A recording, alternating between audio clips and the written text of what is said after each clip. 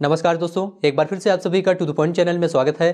दोस्तों, आज के इस वीडियो में यूपी टेट एग्जाम के लिए पर्यावरण अध्ययन का संपूर्ण रिवीजन करेंगे। कुल 70 प्लस प्रश्नों को इस वीडियो में देखेंगे। अगर आप लोग इस वीडियो को पूरा ध्यान से देख लेते हैं तो निश्चित रूप से आपको इससे काफ़ी ज़्यादा लाभ मिलेगा और एक ही वीडियो से आपका पूरा यहाँ पर रिवीजन हो जाएगा।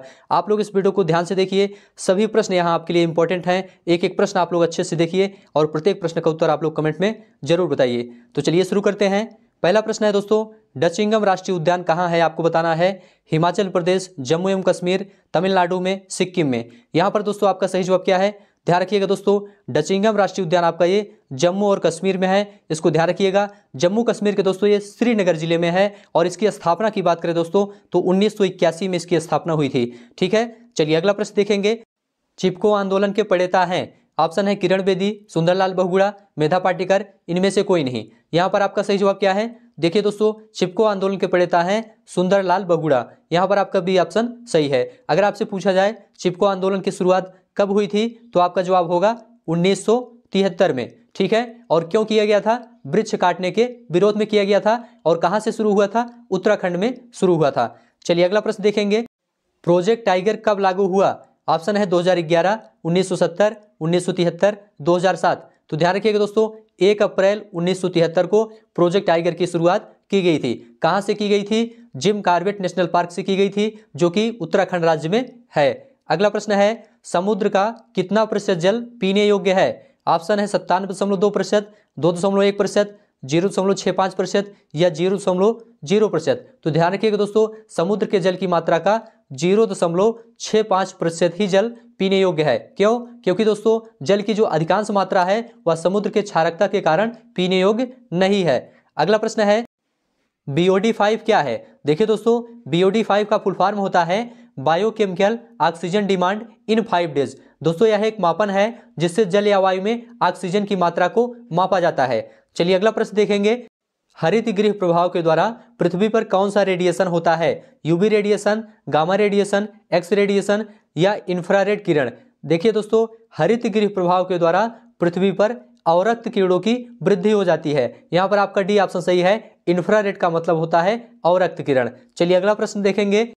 लंदन धूम्र पाया जाता है ग्रीष्म काल में दिन में, ग्रीष्म काल में सुबह के समय, शीतकाल में दिन के समय, शीतकाल में सुबह के समय। देखिए दोस्तों, लंदन धूम्र क्या है? शीतकालीन मौसम में सुबह कोहरे जैसा दिखने वाला वायु प्रदूषण लंदन धूम्र कहलाता है। इस तरह की स्थिति लंदन में उत्पन्न हुई थी, इसलिए सांकेतिक रूप से इसे लंदन धूम्र कहा जाता है। तो यहाँ पर आपका डी ऑप्शन सही है, शीतकाल में सुबह के समय। चलिए अगला प्रश्न देखेंगे। हवा का एक तीव्र भंवर जो समताप मंडल में बनता है और अंटार्कटिका के ऊपर छाया रहता है, क्या कहा जाता है? ध्रुवीय समताप मंडलीय बादल, ध्रुवीय भंवर या ए और बी दोनों? तो ध्यान रखिएगा दोस्तों, हवा का एक तीव्र भंवर जो समताप मंडल में बनता है और अंटार्कटिका के ऊपर छाया रहता है उसे ध्रुवीय भंवर कहते हैं। दोस्तों इसे जेट स्ट्रीम के नाम से भी जाना जाता है। अगला प्रश्न है, भोपाल गैस त्रासदी निम्न में से किसके कारण हुई? Methane, phosgene, methyl isocyanate, methyl amine. यहाँ पर आपका सही जवाब है भोपाल गैस त्रासदी दोस्तों मेथिल आइसोसाइनेट गैस के रिसाव के कारण हुई थी। तो भोपाल गैस त्रासदी दोस्तों 1984 में हुई थी, इसे भी आप लोग ध्यान में रखिएगा।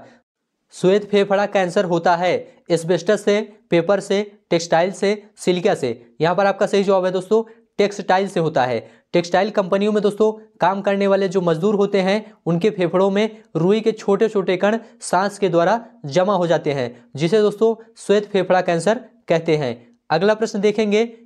इतिहास में पहली परमाणु दुर्घटना हुई थी 16 अगस्त 1945, 26 अगस्त 1945, 6 अगस्त 1945 या 8 अगस्त 1945? तो ध्यान रखिएगा दोस्तों, इतिहास में पहली परमाणु दुर्घटना 6 अगस्त 1945 को हुई थी। ध्यान रखिएगा दोस्तों, 6 अगस्त 1945 को अमेरिका ने जापान के शहर हिरोशिमा पर परमाणु बम गिराया था। चलिए अगला प्रश्न देखेंगे। सुप्रीम कोर्ट ने पर्यावरण मंत्रालय को कब यह आदेश दिया कि ताजमहल के क्षेत्र में हरित क्षेत्र विकसित किया जाए? ऑप्शन है 2004, 1994, 1984, इनमें से कोई नहीं। देखिए दोस्तों, यहाँ पर आपका सही जवाब है 1994। 1994 ईस्वी में सुप्रीम कोर्ट ने पर्यावरण मंत्रालय को ताजमहल के आसपास हरित क्षेत्र विकसित करने का निर्देश दिया था। अगला प्रश्न है, शांत घाटी को जिस राष्ट्रीय पार्क का दर्जा प्राप्त है वह स्थित है जम्मू कश्मीर में, तमिलनाडु में, पश्चिम बंगाल में, केरल में? तो ध्यान रखिएगा दोस्तों, शांत घाटी दक्षिण भारत के केरल राज्य में स्थित है। यहां पर आपका डी ऑप्शन सही है। कड़की प्रदूषण को समाप्त करने के लिए निम्न में से किस युक्ति का प्रयोग किया जाता है? Gravity settling chamber, cyclone collector, fabric filter, उपरोक्त सभी। तो ध्यान रखिएगा दोस्तों, कड़की प्रदूषण को समाप्त करने के लिए इन सभी का प्रयोग किया जाता है। यहां पर आपका डी ऑप्शन सही है। अगला प्रश्न है, ध्वनि प्रदूषण नियम 2001 निर्देशित करता है। क्या निर्देशित करता है? पटाखों के कारण ध्वनि प्रदूषण, लाउड स्पीकर के कारण ध्वनि प्रदूषण, किसी सभा में तीव्र ध्वनि के स्पीकर का प्रयोग, या बी और सी। देखिए दोस्तों, ध्वनि प्रदूषण 2001 के तहत तीव्र गति से लाउड स्पीकरों को बजाना और जनसभाओं की तीव्र गति से संचालित करने वाले लाउड स्पीकर पर रोक लगा दी गई है। इसलिए आपका यहाँ पर डी ऑप्शन सही है, बी और सी दोनों सही है। अगला प्रश्न है, पौधे और जंतु की संकटग्रस्त प्रजातियों को प्रदर्शित करने के लिए IUCN ने निम्न पुस्तक तैयार की है। श्वेत data book, red data book, नील डाटा बुक, या इनमें से कोई नहीं। तो ध्यान रखिएगा दोस्तों, पौधों और जंतुओं की संकटग्रस्त प्रजातियों को प्रदर्शित करने के लिए IUCN रेड डाटा बुक का प्रकाशन करता है। तो यहाँ पर आपका बी ऑप्शन सही है। IUCN का फुल फॉर्म होता है international union for conservation of nature. चलिए अगला प्रश्न है, बिश्नोई संप्रदाय स्थापित किया गया था। BR अम्बेडकर द्वारा, भजन लाल, गुरु जम्बेश्वर, जोधपुर के राजा। यहाँ पर आपका सही जवाब क्या है? देखिए दोस्तों, बिश्नोई संप्रदाय की स्थापना गुरु जम्बेश्वर जी द्वारा 15वीं शताब्दी में राजस्थान में किया गया था। तो यहाँ पर आपका सी ऑप्शन सही है। निम्न में से किस गैस के कारण पत्तियों का सिकुड़ना, पत्तियों का गिरना तथा आकार में छोटे होना पौधों में पाया जाता है? SO2, CO, NO, या इनमें से कोई नहीं। तो ध्यान रखिएगा दोस्तों, पर्यावरण में कार्बन मोनोऑक्साइड की मात्रा बढ़ जाने पर पौधों के श्वसन क्रिया पर बुरा प्रभाव पड़ता है। इसके परिणाम स्वरूप क्या होता है? पौधों की पत्तियां सिकुड़कर गिरने लगती हैं और पौधों का विकास बाधित होता है। तो कार्बन मोनोऑक्साइड, जिसे CO गैस कहते हैं, आपका यहाँ पर बी ऑप्शन सही है। अगला प्रश्न है, पानी में पाए जाने वाले रेडियो सक्रिय पदार्थ का अंश कारण बनता है। कैंसर, आंख से पानी गिरना, DNA विखंडन, उपरोक्त सभी। यहाँ पर आपका सही जवाब क्या है? देखिए दोस्तों, रेडियो सक्रिय युक्त जल पीने से मानव शरीर कई प्रकार के रोगों से संक्रमित हो जाता है, जैसे कि कैंसर, आंख से पानी गिरना, DNA विखंडन। तो यहाँ पर आपका डी ऑप्शन सही है, उपरोक्त सभी। चलिए अगला प्रश्न है, महासागरों में जल स्तर वृद्धि का कारण क्या है? ध्रुवीय प्रदेश में बर्फ का पिघलना, अत्यधिक वर्षा, अम्ल वर्षा, उपरोक्त में से कोई नहीं। तो यहाँ पर आपका सही जवाब क्या है? आपका सही जवाब है दोस्तों, महासागरों में जल स्तर वृद्धि का कारण ध्रुवीय प्रदेश में बर्फ का पिघलना होता है। यहाँ पर आपका ए ऑप्शन बिल्कुल सही है। अगला प्रश्न है, ग्रीन हाउस प्रभाव सर्वप्रथम पहचाना गया था। किसके द्वारा पहचाना गया था? जीन बैप्टिस्टे ग्रीनवुड द्वारा, या जीन बैप्टिस्टे फ्यूरियर द्वारा, या जीन बैप्टिस्टे ग्रीन हाउस द्वारा, या उपरोक्त में से कोई नहीं। यहाँ पर आपका सही जवाब है दोस्तों, ग्रीन हाउस प्रभाव सबसे पहले जीन बैप्टिस्टे फ्यूरियर द्वारा पहचाना गया था। यहाँ पर बी ऑप्शन सही है। इनमें से कौन सा वैश्विक तापन के लिए जिम्मेदार है? क्लोरोफ्लोरोकार्बन, मीथेन, कार्बन डाइऑक्साइड, ये सभी। यहाँ पर आपका सही जवाब है, देखिए दोस्तों, क्लोरोफ्लोरोकार्बन, मीथेन, कार्बन डाइऑक्साइड, ये सभी गैसें दोस्तों वैश्विक तापन के लिए जिम्मेदार होती हैं। इसलिए आपका यहाँ पर डी ऑप्शन सही है। अगला प्रश्न है, इनमें से कौन सा अम्ल वर्षा में उपस्थित होता है? HNO3, H2SO4, CH3COOH, ए और बी। यहाँ पर आपका सही जवाब क्या है? यहाँ पर दोस्तों HNO3 और H2SO4 ये दोनों अम्ल वर्षा में उपस्थित होते हैं। इसलिए आपका यहाँ पर डी ऑप्शन सही है। चलिए अगला प्रश्न है, निम्न में से किस स्तर से नीचे जाने पर ओजोन परत में छिद्र की संज्ञा दी जाती है? 800 DU, 400 DU, 200 DU, उपरोक्त में से कोई नहीं। DU का मतलब क्या होता है? DU का मतलब होता है दोस्तों डॉप्सन यूनिट। ध्यान रखिए दोस्तों, ओजोन की सांद्रता जब 200 DU से मतलब 200 डॉप्सन यूनिट से कम हो जाती है तो इसे ओजोन छिद्र कहा जाता है। इसलिए आपका यहाँ पर सी ऑप्शन सही है। अगला प्रश्न है, वन्य जीव संरक्षण पर निम्न में से कौन सा असरकारी संघ NGO समर्पित है?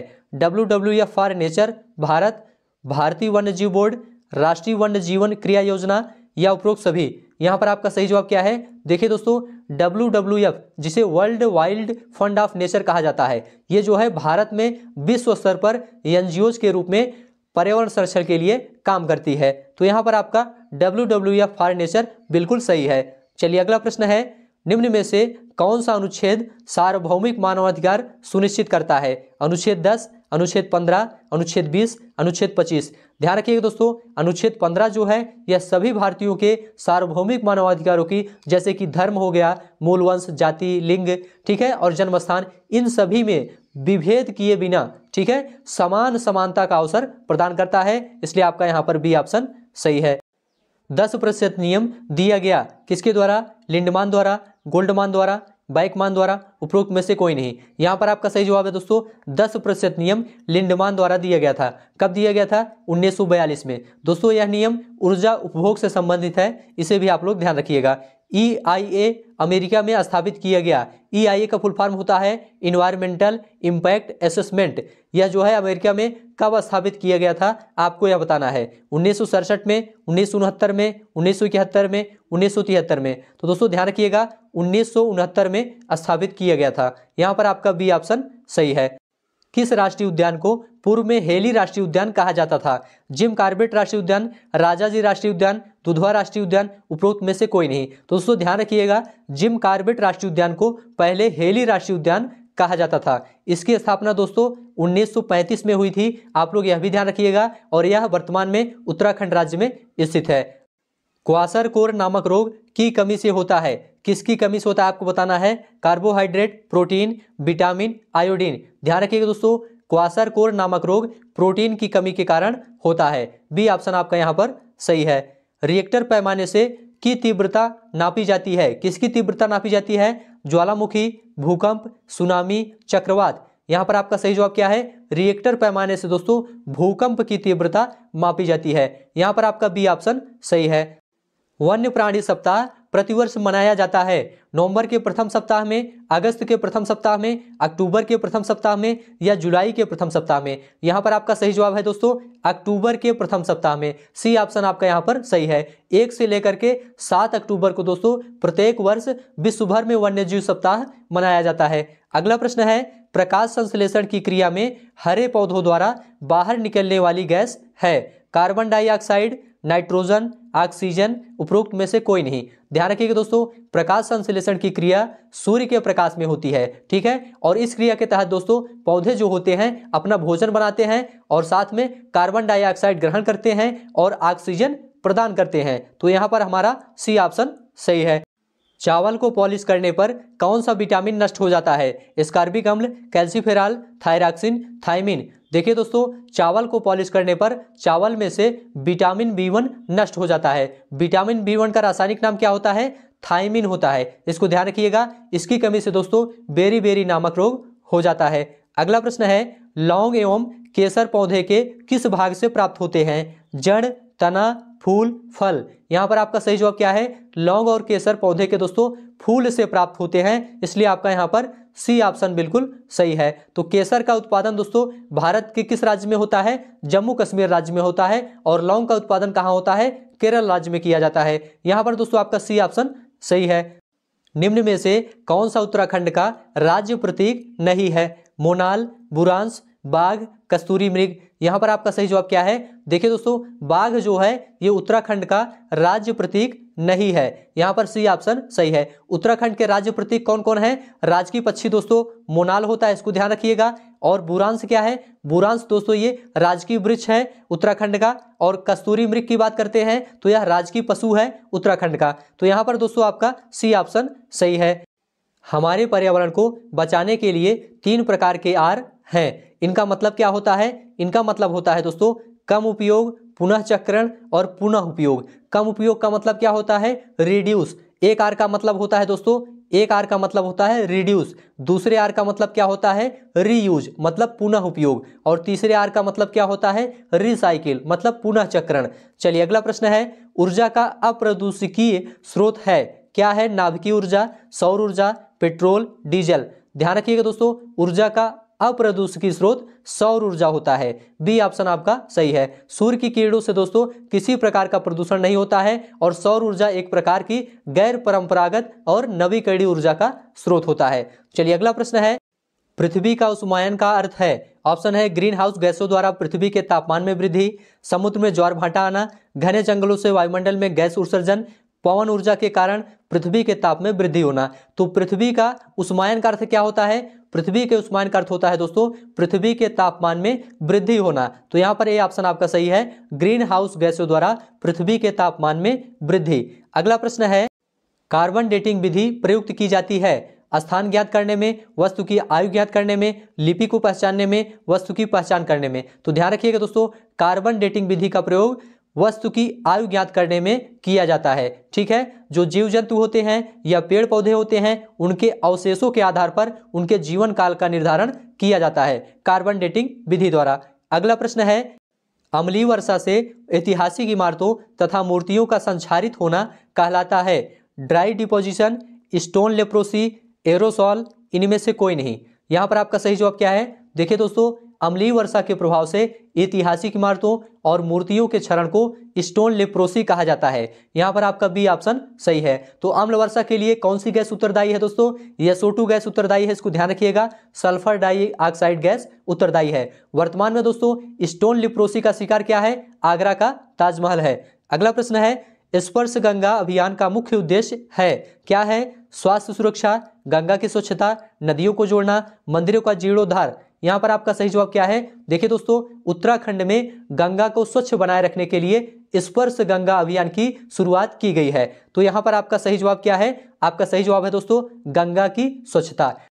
मीनामाटा रोग प्रदूषण जनित रोग है जो परिणाम है, किसका परिणाम है? समुद्र में बिखरे तेल का, वायुमंडल में आर्सेनिक जमा होने का, औद्योगिक पारा अपशिष्ट को पानी में छोड़ने का, मनुष्य के कार्बनिक अपशिष्ट को पीने के पानी में छोड़ने का। यहां पर आपका सही जवाब क्या है? आपका सही जवाब है दोस्तों औद्योगिक पारा अपशिष्ट को पानी में छोड़ने का। ध्यान रखिएगा दोस्तों, मीनामाटा रोग शरीर में पारे की अधिकता के कारण होता है और यह बीमारी दोस्तों सबसे पहले कहां देखी गई थी? जापान में देखी गई थी, इसको ध्यान रखिएगा। चलिए अगला प्रश्न देखेंगे, ओजोन परत सूर्य से आने वाली किन किरणों को रोकती है? ऑप्शन है अवरक्त किरणें, एक्स किरणें, परावैंगनी किरणें, उपरोक्त में से कोई नहीं। ध्यान रखिएगा दोस्तों, ओजोन परत जो होती है यह सूर्य से आने वाली परावैंगनी किरणों को रोकती हैं। यहां पर आपका सी ऑप्शन सही है। अगला प्रश्न देखेंगे, सभी प्रश्न आप लोग ध्यान से देखिए। संरक्षण या विनाश पुस्तक के लेखक कौन है? Sarla Behn, Vandana Shiva, Jim Corbett, Ruskin Bond. यहां पर आपका सही जवाब क्या है? संरक्षण या विनाश नामक पुस्तक का लेखन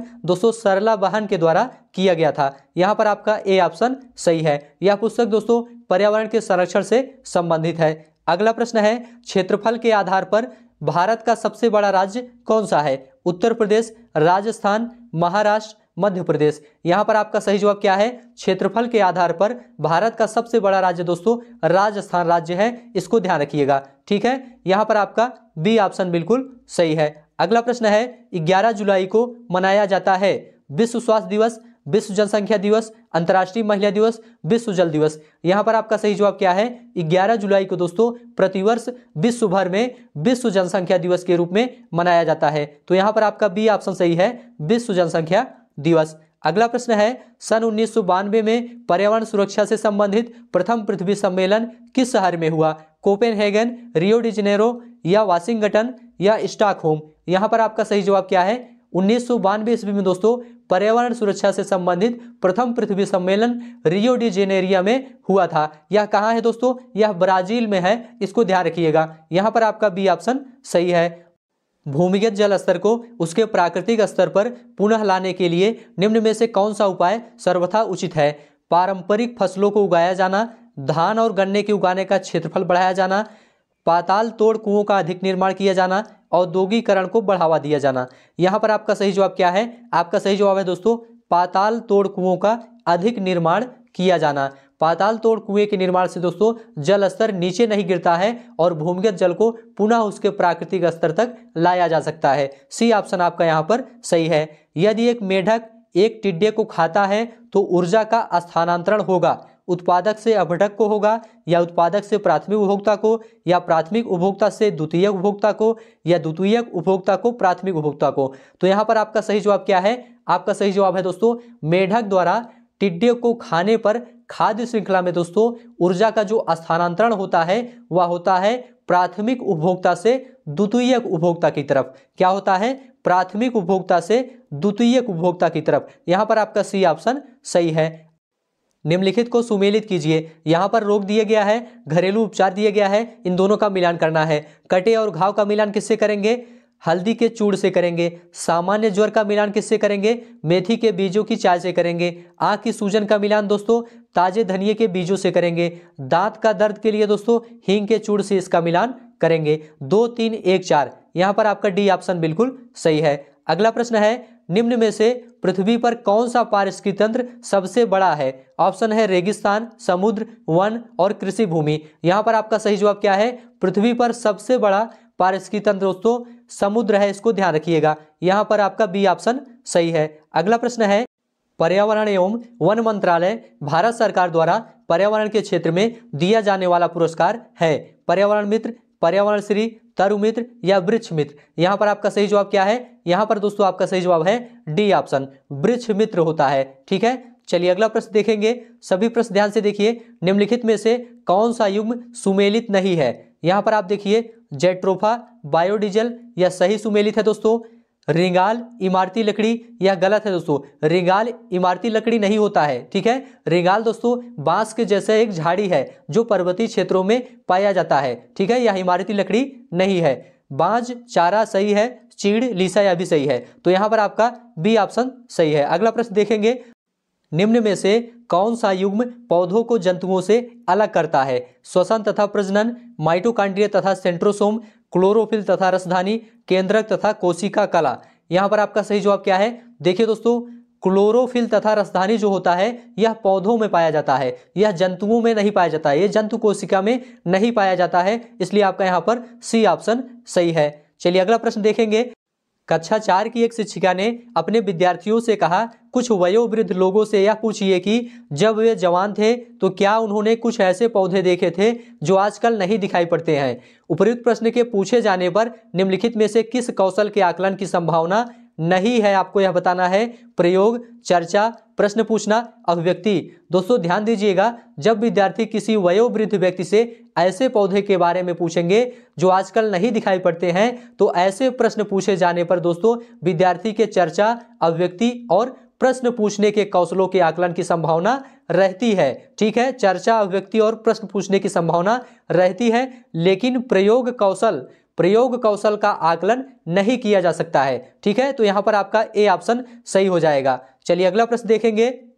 बच्चों में प्रतिदिन डायरी लिखने, मौसम दर्ज करने एवं उससे संबंधित प्रश्न पूछने पर बच्चों में किस कौशल का विकास होता है? अनुमान लगाने का कौशल, लेखन कला का कौशल, संप्रेषण कौशल, मापने का कौशल। ध्यान रखिएगा दोस्तों, बच्चों में प्रतिदिन डायरी लिखने, मौसम दर्ज करने एवं उससे संबंधित प्रश्न पूछने पर बच्चों में संप्रेषण कौशल का विकास होता है। यहाँ पर आपका सी ऑप्शन सही है। अगला प्रश्न है, अर्थशास्त्र की मूलभूत अवधारणाओं की समझ विकसित की जा सकती है बाजार के रोल प्ले का आयोजन करवाकर, बैंक पोस्ट ऑफिस का भ्रमण करवाकर, मूल्य जैवी अमूर्त धारणा को उदाहरणों द्वारा व्यक्त करके, उपरोक्त सभी। यहाँ पर आपका सही जवाब क्या है? उपरोक्त सभी आपका यहाँ पर सही है। ठीक है, तो अर्थशास्त्र की मूलभूत अवधारणाओं की समझ विकसित कैसे की जा सकती है? बाजार के रोल प्ले का आयोजन करके भी, बैंक पोस्ट ऑफिस का भ्रमण करवाकर भी और मूल्य और अमूर्त धारणा को उदाहरणों द्वारा व्यक्त करके भी विकसित किया जा सकता है। तो डी ऑप्शन आपका यहाँ पर बिल्कुल सही है।